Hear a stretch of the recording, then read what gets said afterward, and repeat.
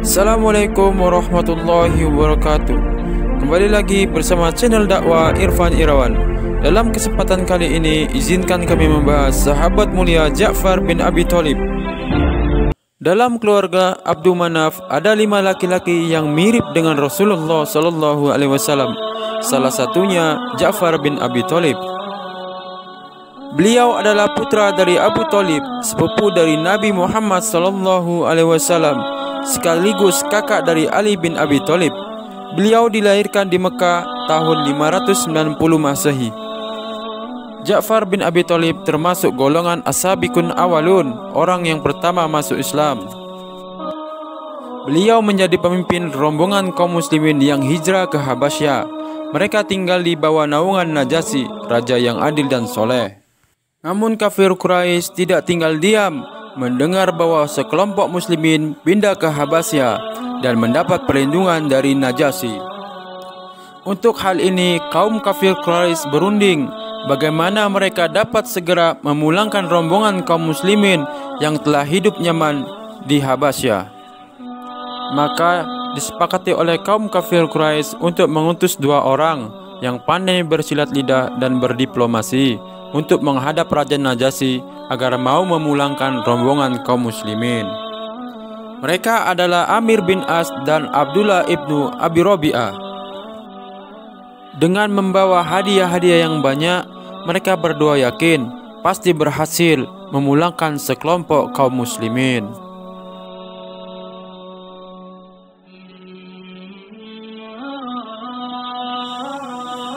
Setelah hadiah-hadiah tadi diberikan kepada para pembesar Habasyah, mereka berujar,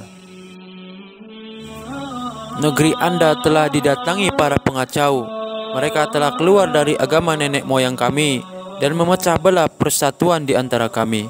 Bila kami bertemu dengan raja kalian, dukunglah kami."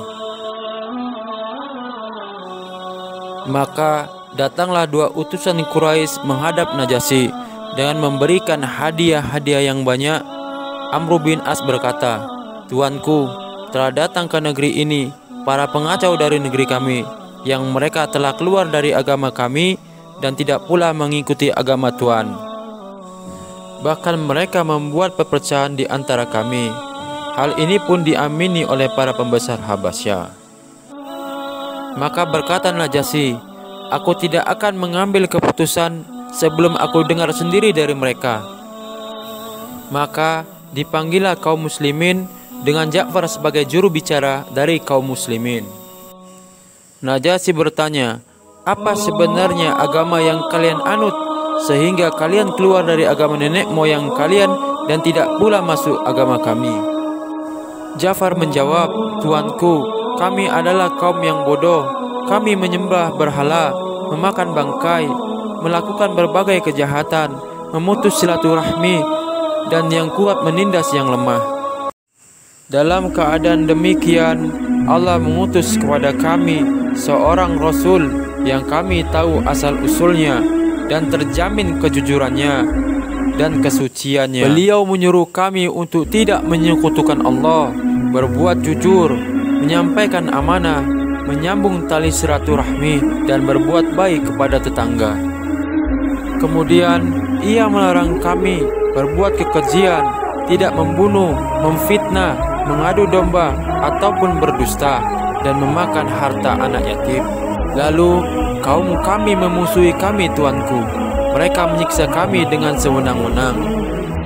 Najasyi bertanya lagi, "Apakah engkau mengetahui sesuatu yang dibawa nabimu tentang Allah?"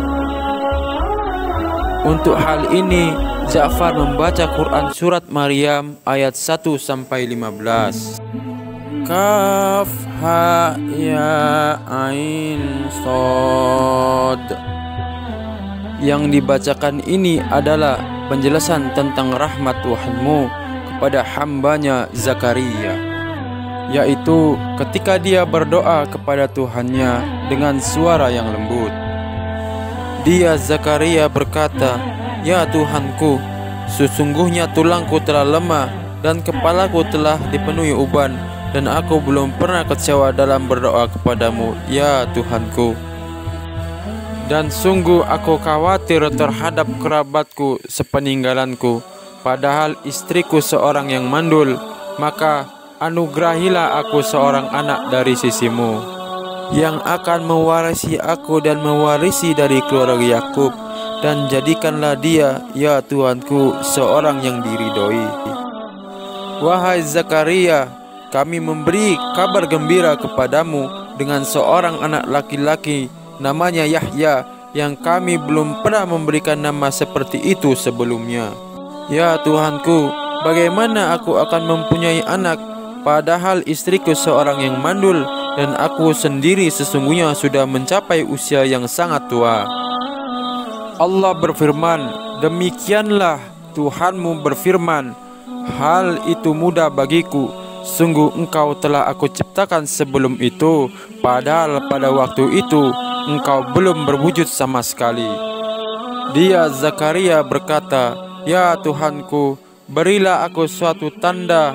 Allah berfirman, tandamu ialah engkau tidak dapat bercakap-cakap dengan manusia selama 3 malam, padahal engkau sehat. Maka dia keluar dari mihrab menuju kaumnya, lalu dia memberi isyarat kepada mereka, bertasbihlah kamu pada waktu pagi dan petang. Wahai Yahya, ambillah kitab itu dengan sungguh-sungguh, dan kami berikan hikmah kepadanya selagi dia masih kanak-kanak. Dan kami jadikan rasa kasih sayang kepada sesama dari kami dan bersih dari dosa, dan dia pun seorang yang bertakwa dan sangat berbakti kepada kedua orang tuanya. Dan dia bukanlah orang yang sombong, bukan pula orang yang durhaka.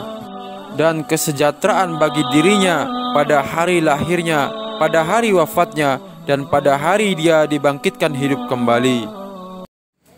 Sehingga Najasyi menangis sampai janggutnya basah oleh air mata. Kemudian Najasyi berkata, apa yang dibawa oleh Nabi kalian dengan yang dibawa oleh Isa keluar dari sumber yang sama. Sambil menoleh kepada Amr bin As dan Abdullah bin Rabi'ah, pulanglah kalian, aku tidak akan menyerahkan seorang pun dari kaum muslimin kepada kalian. Tapi utusan Quraisy tidak putus asa. Keesokan harinya ia kembali menemui Najasyi dan berkata, Tuanku, orang-orang muslim itu mengatakan bahwa Isa bin Maryam dengan perkataan yang hina. Maka kaum muslimin pun dipanggil untuk menjelaskan apa yang dituduhkan oleh kafir Quraisy.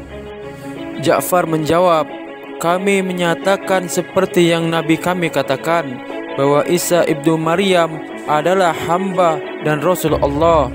Dia merupakan ruh dan kalimatnya yang ditaruh dalam diri Maryam yang suci. Mendengar hal ini, Najasyi berkata, demi Allah, Isa tidak lebih dari apa yang disebutkan Nabi kalian. Sambil menatap Amr dan temannya, kembalikan semua hadiah-hadiah mereka, aku tidak membutuhkannya. Dan barang siapa yang mengganggu kaum muslimin, dia akan menanggung resikonya.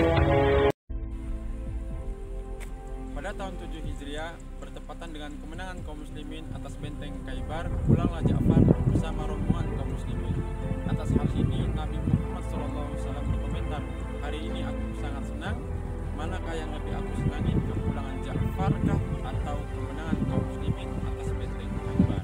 Pada tahun 8 Hijriah, Rasulullah SAW mengutus Al-Harits bin Umair untuk mengantarkan surat kepada pimpinan Busra.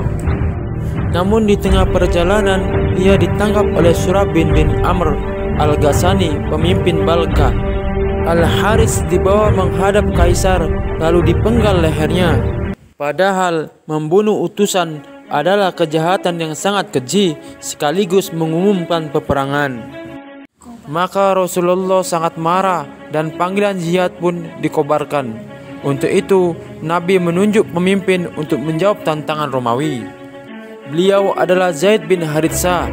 Kalau seandainya Zaid bin Haritsah gugur, maka digantikan oleh Ja'far bin Abi Thalib. Kalau seandainya gugur, maka Abdullah bin Rawaha sebagai penggantinya. Akhirnya pertempuran sengit pun tak terelakkan. antara pasukan muslimin yang berjumlah 30.000 orang melawan 200.000 pasukan musuh.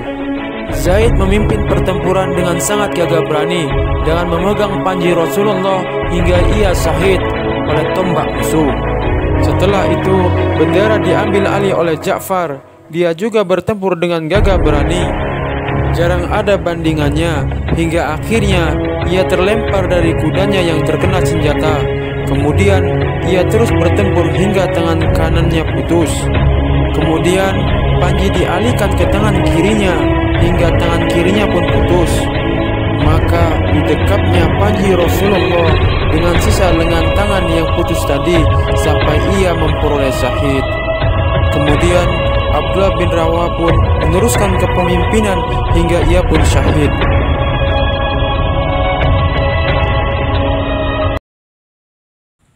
Berita gugurnya ketiga panglima Islam telah sampai kepada diri Rasulullah SAW. Beliau begitu sedih. Lalu beliau datang ke rumah Ja'far. Sementara di rumah Ja'far telah menanti istrinya Asma dengan anak-anaknya Ja'far. Maka kata Nabi, "Marilah anak-anak Ja'far." Kemudian berlarian anak-anak Ja'far menyampaikan Rasulullah SAW. Beliau memeluk satu persatu anak Ja'far, menciumi satu persatu anak Ja'far hingga berlinangan air mata. Maka kata Asma, "Ya Rasulullah, mengapa engkau menangis ya Rasulullah? Adakah kabar atas Ja'far?"